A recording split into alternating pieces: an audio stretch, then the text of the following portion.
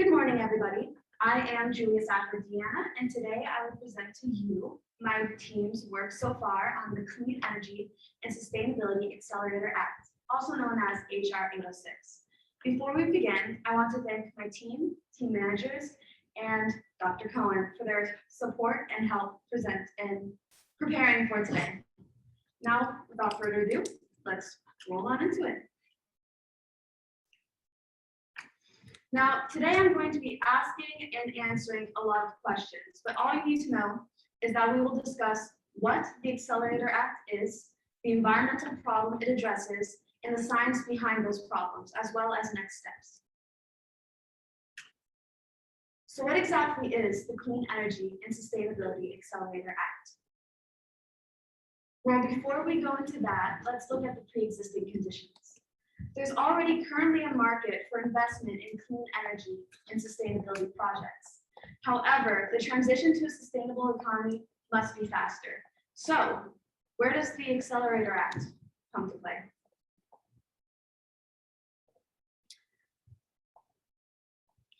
The Accelerator Act provides a plan to create a federal green bank that will support local, state, and regional green banks that already exist with additional funds and resources, create and establish local green banks that do not yet exist, maintain a relationship with private investors to assure efficient policies, and supply direct additional funding to sustainability projects. And all of this combined creates the Green Accelerator.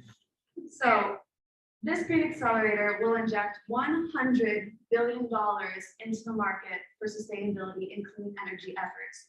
And I also want to note before we continue that the Act explicitly states that 40% of this $100 billion will be directed towards climate impacted communities. More on that later.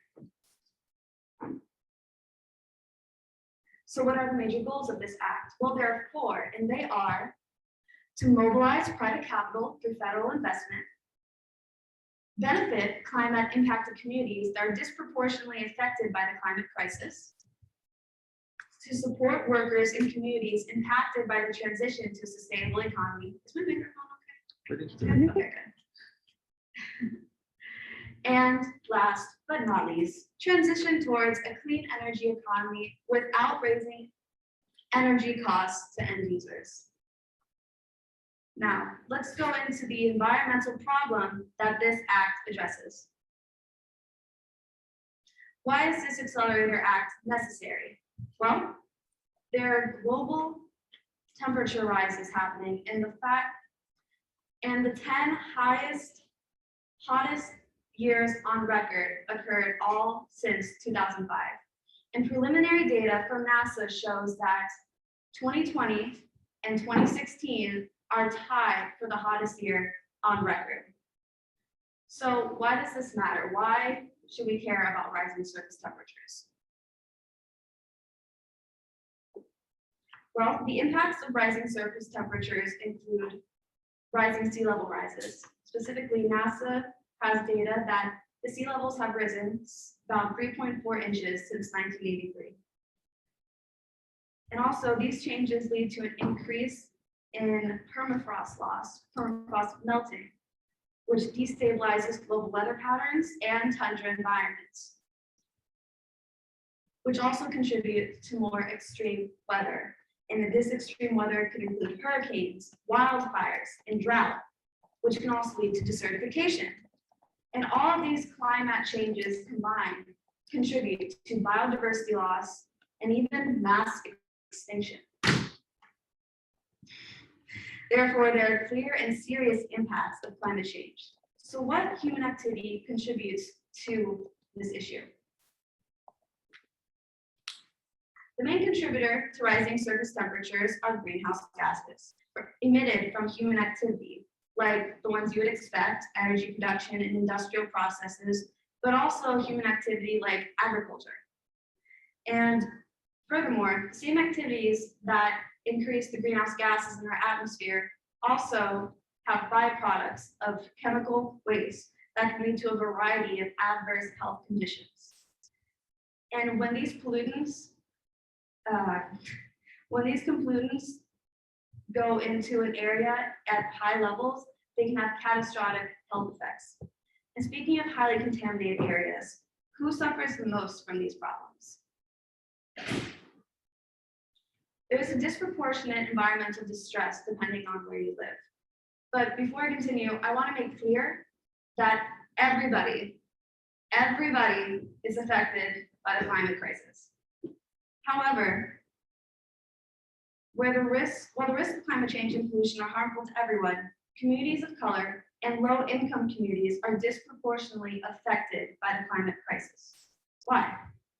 Well, the fossil fuel industry builds much of its physical infrastructure in low-income areas where residents are also often people of color. The environmental and health hazards created by these facilities carry far-reaching consequences for these communities. Compounding this issue, government agencies are far less responsive to low-income constituents. This is why the Accelerator Act explicitly states that 40% of that $100 billion stimulus will be allocated to these climate-impacted communities.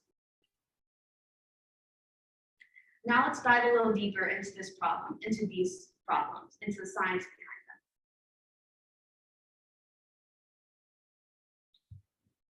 So what causes rising surface temperatures? The answer, as we mentioned before, is greenhouse gases.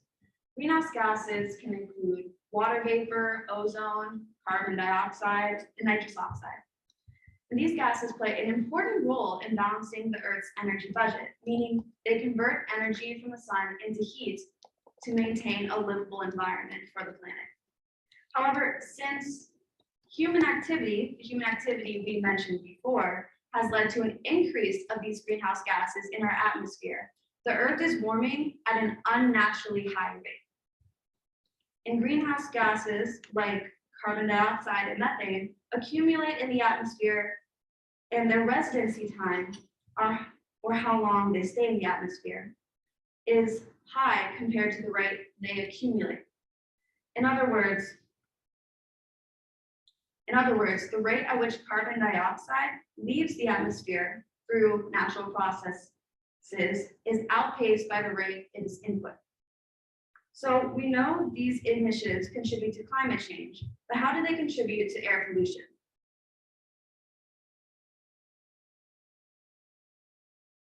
So nitrous oxide, sulfur dioxide, carbon monoxide, and halocarbons linger in the air as particulate matter, which is also known as soot or smog. And these materials, these substances are toxic, cancer-causing compounds. And they are released by fossil fuel combustion and industrial processes. And prolonged exposure can lead to a variety of health effects, including, but not limited to, asthma, chronic headaches, reproductive issues, and birth defects, which disproportionately affect women of color, and even lung disease and lung cancer. So what are the health impacts of rising surface temperatures? Deaths from extreme weather anomalies over the last 5 years alone outnumbered death totals from the 80s, 90s, and 2000s, respectively. Tropical cyclones, drought, and heat wave events and severe storms are amongst the most deadly. Furthermore, extreme heat events are increasingly common and worsening occurrences in our changing climate, creating the conditions for heat stroke to happen more frequently. Heat stroke occurs when the body reaches internal temperatures greater than 104 degrees. This week, Oregon saw temperatures of 115 degrees Fahrenheit. The climate crisis is now. And sustained exposure to high temperatures can result in damage to vital organs like the brain, heart, kidneys, and muscles. Furthermore, if a weather anomaly or climate change results in homelessness or emigration, displaced people are more likely to experience increased stress, vulnerability to violence, exposure to severe weather, chronic disease, malnutrition, mental illness, and risk of premature death. People suffering from homelessness and displacement also face obstacles to accessing healthcare. And just to circle back, the brunt of disasters fall most severely on low-income communities of color. Black residents are less likely to receive disaster aid and possess less than 15% of mean net wealth compared to white Americans who receive more aid on both the individual and community level. So what's next? Next, you will see my team go over the proposed solution to these issues, the science behind the solution, the issues and controversies that might arise, how we're going to measure the success of this act, and the final briefing. And that is all for today. Any questions?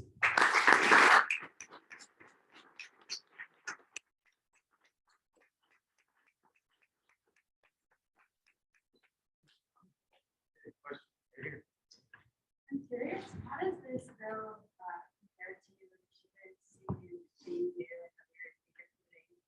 other areas in terms of scope? Is it competitive? So you're asking about how this initiative compares to other areas like the EU and scope and like leading areas. I will be completely honest, I haven't done much research into comparing to other initiatives, but I can circle back to that one. Dee? Yes. So you talk about climate impact communities, how does the bill do anything to address communities jobs sensitive hundreds of thousands of people? Do you have an idea of who's going to get a priority investment for which communities they are? Okay, so the question was, how are we going to decide which climate impacted communities are going to be prioritized? Well, hopefully, remember that this act, the goal of it is not to be the main supporter, but to stimulate more investment into these communities. So even if it does not directly invest in each community, its goal is to stimulate investment in all these communities. I saw that there's plans to add more local state briefings. Do you know the percentage of states that have local briefings now, and what percentage does not? So the question was, what is if we knew the percentage of states that already have local green banks? I do not have that number on me, but I do know that there are green banks that exist in certain areas, but there are also areas that do lack green banks. I do not know the exact states though. Final question. I guess kind of backing up, can you explain how green bank is different from a regular bank? Okay, yeah. So the question is how a green bank is different from a regular bank. So a green bank isn't like a regular bank, and that's like, oh, like I'm putting my money in to save this and to like have a debit card. It's more of a source of income for loans, and these loans are specifically towards green projects such as clean energy and sustainability. So we call it a green bank by bank meaning it is the source of funds. All right, thank you very much.